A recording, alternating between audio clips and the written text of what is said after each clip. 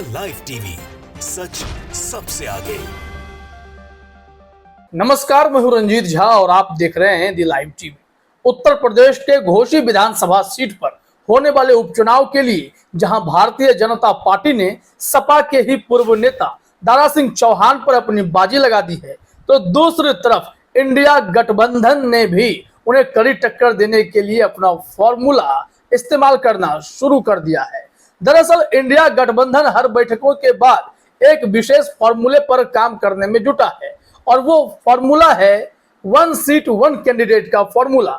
इसके तहत अब उत्तर प्रदेश में कांग्रेस और समाजवादी पार्टी के बीच एक बहुत ही मजबूत गठबंधन तैयार हो गया है।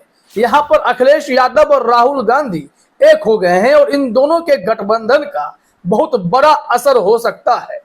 दरअसल समाजवादी पार्टी के दम पर दारा सिंह चौहान ने जो अपनी पहचान बनाई थी, अब उस पहचान से वो बीजेपी की नैया पार लगाना चाहते हैं। ऐसे में समाजवादी पार्टी ने, कांग्रेस ने, बहुजन समाज पार्टी ने भी, ध्यान दीजिएगा, बहुजन समाज पार्टी ने भी घोसी विधानसभा सीट पर होने वाले उपचुनाव को लेकर बड़ा फैसला कर लिया है। इन लोगों ने एक ही उम्मीदवार देने का प्लान बनाया और वो उम्मीदवार अखिलेश यादव का होगा। यानी इंडिया गठबंधन आजमाए हुए पुराने फॉर्मूले के आधार पर बीजेपी को पटकनी देने के लिए एक सैंपल अपना रही है। अगर यह सैंपल हिट हो जाता है तो आने वाले बड़े बड़े चुनाव में भी इसी फॉर्मूले के जरिए भारतीय जनता पार्टी के लिए मुश्किलें इंडिया गठबंधन खड़ी करने जा रहा है। जरा अपने स्क्रीन पर देखिए, आज तक ने एक तस्वीर भी साझा की है। यूपी उपचुनाव में मिला सपा को कांग्रेस का साथ। इस वक्त कांग्रेस जिस हिसाब से परचम लहरा रही है, राहुल गांधी जिस आत्मविश्वास के साथ लोगों से कनेक्ट हो रहे हैं, उसका सीधा असर अब चुनाव में दिखने लगा है। आज तक ने इस तस्वीर को शेयर करते हुए लिखा है, उत्तर प्रदेश की घोसी विधानसभा में होने वाले उपचुनाव से पहले कांग्रेस पार्टी ने बड़ा फैसला लिया है। कांग्रेस घोसी में उम्मीदवार नहीं उतारेगी। यहां कांग्रेस की प्रदेश इकाई ने अखिलेश यादव की समाजवादी पार्टी का समर्थन किया है। कहा जा रहा है कि कांग्रेस और समाजवादी पार्टी दोनों इंडिया गठबंधन का हिस्सा हैं, इसलिए वहां अलग अलग प्रत्याशी नहीं उतारा जाएगा। दरअसल ये फॉर्मूला ममता बनर्जी का भी है, नीतीश कुमार का भी है और ये सब इंडिया गठबंधन के हिस्से में हैं। इन लोगों ने पहले ही सुझाव दिया था कि अगर मिशन 400 लेकर चलना है तो उसमें यह तय करना पड़ेगा कि जिस राज्य में जो पार्टी सबसे ज्यादा मजबूत है उस राज्य में उसी को मौका मिले, बाकी जो पार्टी हैं उनका समर्थन करें। ऐसे में तय यह हुआ कि देश भर में 200 से अधिक सीटों पर कांग्रेस को हर कोई समर्थन देगा, तो दूसरी तरफ जो क्षेत्रीय पार्टियां जहां पर उनका दबदबा है जिन राज्यों में, वहां पर कांग्रेस उन सब का साथ देगी। उत्तर प्रदेश में कांग्रेस अभी अपनी जमीन तलाशने में जुटी है, लेकिन समाजवादी पार्टी का कुनबा वहां इस वक्त मजबूत है। ऐसे में अगर बीजेपी को टक्कर देना है तो समाजवादी पार्टी के उम्मीदवारों का वोट ध्रुवीकरण नहीं होना चाहिए।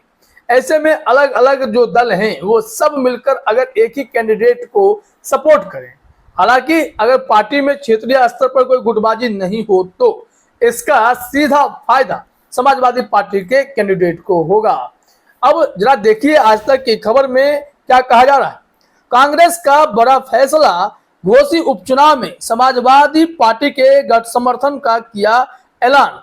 यहाँ बताया जा रहा है कि कांग्रेस यूपी के जो नए नए प्रदेश अध्यक्ष बने हैं, अजय राय ने एक पत्र लिखा है और इस पत्र के जरिए उन्होंने मैसेज दे दिया है, वक्त का चला है कि इंडिया गठबंधन साथ होकर पूर्ण सहयोग के साथ समाजवादी पार्टी के उम्मीदवार को यहां पर मैदान में जिताएं।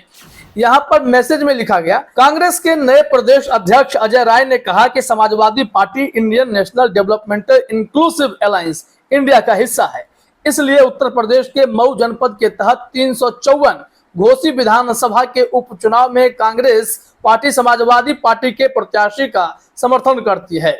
उन्होंने पत्र में आगे लिखा कि पार्टी अपने सभी कांग्रेस कार्यकर्ताओं का आह्वान करती है कि वे समाजवादी पार्टी के घोषित प्रत्याशी को पूर्ण सहयोग दें।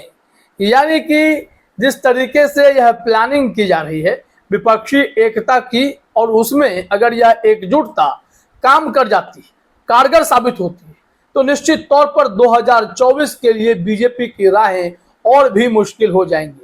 इस वक्त ही इसका सीधा सीधा असर दिख रहा है जब कांग्रेस अकेले मैदान में है। कांग्रेस पर लोगों का भरोसा बढ़ा है, राहुल गांधी पर लोगों का भरोसा बढ़ा है। मल्लिकार्जुन खड़गे जिस हिसाब से पार्टी का नेतृत्व कर रहे हैं और जैसे बीजेपी पर अटैकिंग मोड में हैं, उससे भी यह लगता है कि इस बार बीजेपी की नैया हर जगह डगमगा रही है।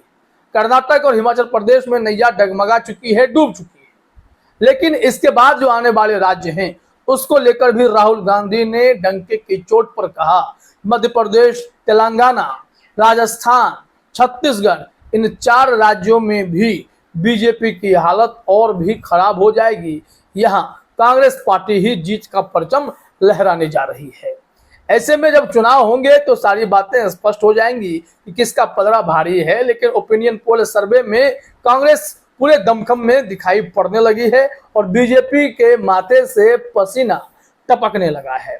अब ऐसे में घोसी विधानसभा सीट पर मामला फंस रहा है, क्योंकि हाल ही में एक खबर आई कि घोसी विधानसभा सीट पर होने वाले उपचुनाव में मैदान में उतरे दारा सिंह चौहान पर जो स्याही फेंकी गई थी उसके पीछे भाजपाइयों की ही साजिश थी और इसकी आशंका पहले ही अखिलेश यादव ने लगा दी थी।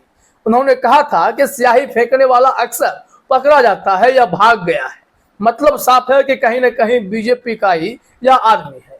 सुबह होते होते यह खबर आ गई कि भारतीय जनता पार्टी के उम्मीदवार दारा सिंह चौहान पर स्याही फेंकने वाले ने थाने में जाकर सरेंडर कर दिया है और कहा है कि मुझे ऐसा करने के लिए कहा गया था क्योंकि बीजेपी से यह जानकारी मिली, उनके कार्यकर्ताओं नेताओं से जानकारी मिली कि यहाँ पर मामला फंस रहा है, चुनाव फंस रहा है, कहीं दारा सिंह चौहान हार ना जाएं, इस वजह से स्याही फेंक कर भाग जाना, हम तुम्हें बचा लेंगे। लेकिन बात बिगड़ती चली गई, जिसके बाद स्याही फेंकने वाले उस बीजेपी के कार्यकर्ता ने थाना में जाकर खुद सरेंडर कर दिया, जिसके बाद बीजेपी की किरकिरी हो गई, पोल खुल गई कि ये लोग चुनाव जीतने के लिए किस हथकंडे का प्रयोग करने पर तुले हुए हैं।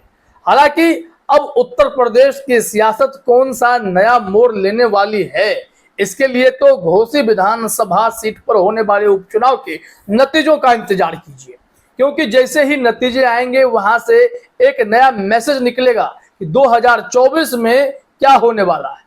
लगातार राज्यवार चुनाव हार रही भारतीय जनता पार्टी को भी अच्छे से मालूम है कि इंडिया गठबंधन का यह सैंपल फॉर्मूला अगर हिट हो गया तो आने वाले समय में बीजेपी के लिए राहें और कठिन होंगी। हर जगह उन्हें भारी संख्या में सीटों का नुकसान होगा। वैसे भी जो सर्वे आए हैं उसमें महाराष्ट्र में, बिहार में भारतीय जनता पार्टी को लोकसभा सीटों पर भारी नुकसान का सामना करना पड़ रहा है। केरल में इस बार भी खाता नहीं खुलने जा रहा है, ऐसी पूरी जानकारी है। तमिलनाडु में मुश्किलें बीजेपी को बहुत भयंकर आने वाली हैं। तो इस तरीके से जब कई राज्यों में बीजेपी के लिए एकदम से बुरी खबर है, तो इस वक्त उत्तर प्रदेश के उपचुनाव के लिए भी दारा सिंह चौहान पर बाजी लगाना बीजेपी को शायद भारी पड़ने लगा है, क्योंकि विपक्ष एकजुट होकर वोटों के ध्रुवीकरण को रोक रहा है। इसका सीधा फायदा कहीं न कहीं इंडिया गठबंधन को ही होने जा रहा है। फिलहाल इस वीडियो में इतना ही। आप सभी का हमसे जुड़ने के लिए बहुत बहुत धन्यवाद। द लाइव टीवी, सच सबसे आगे।